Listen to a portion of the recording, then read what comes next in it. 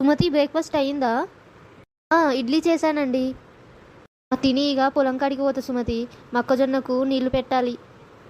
సరేనండి, ఒక్క నిమిషం తీసుకొస్తాను. తీసుకోండి ఇడ్లీ తినేసి తొందర తొందర వెళ్ళండి, మళ్ళీ ఎండ అవుతుంది. సరే సుమతి. ఎట్లుందండి చట్నీ? ఇష్టమని కొబ్బరి చట్నీ ఉన్ను వేరుశనగల చట్నీ వేసానండి. ఉందిలే ఏదో అలా. ఎంతైనా మా అమ్మ చేసిన చట్నీ లాగా లేదులే. మా అమ్మ అయితే బాగా చేస్తుంది. నేను ఏది చేసినా అట్లనే అంటాడు. వాళ్ళ అమ్మ ఏది చేసినా లొట్టలు వేసుకుంటా తింటాడు. అంతా అమ్మ ప్రేమ.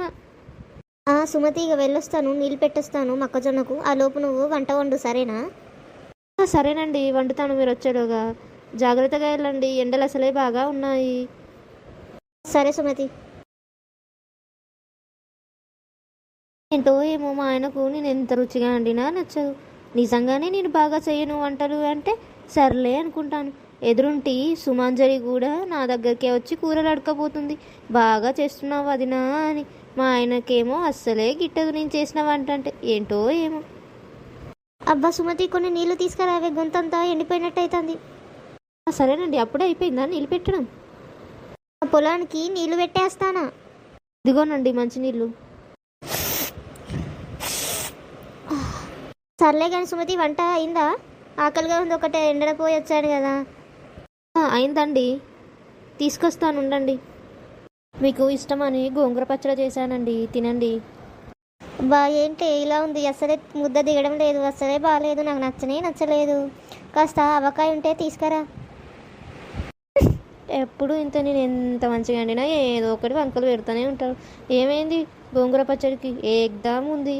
ఏంటో ఏమయ్యా, వాళ్ళ అమ్మ చేతి వంటకే రుచి మరిండు మా ఆయన. సరేనండి, తీసుకొస్తాను. ఇదిగోండి ఆవకాయ.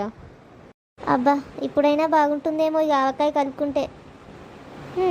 ఏంటే ఆవకాయ పచ్చడి కూడా బాగోలేదు అసలు. నీకు ఏ పచ్చడి పెట్టరాదా అని? కూరలే అండరాదు అనుకుంటే పచ్చళ్ళు కూడా చేయరాదా? మా అమ్మ అయితే ఎంతో బాగా చేస్తుంది ఆవకాయ పచ్చడి. మేమైతే సంవత్సరం పొడుగుతా తింటూనే ఉంటాము. అండి, అది అత్తయ్య పంపించిన పచ్చడే అండి, అదే మీకు పెట్టాను. మీ అమ్మ చేతి వంటే అది. అవసరంగా గెలుపుకున్నట్టున్నాను. మా అమ్మ చేతి ఆవకాయ పచ్చడినే అన్నాను. ఏదో ఒకటి అనడం అలవాటు అయిపోయింది మరి నాకు. అయ్యా, ఈ పంచు పలుకురామాకే పంచు పడిందే. ఎప్పుడు నేను మా ఆవిడని వంకన పెట్టేదాన్ని, ఇప్పుడు అడ్డంగా దొరికిపోయాను.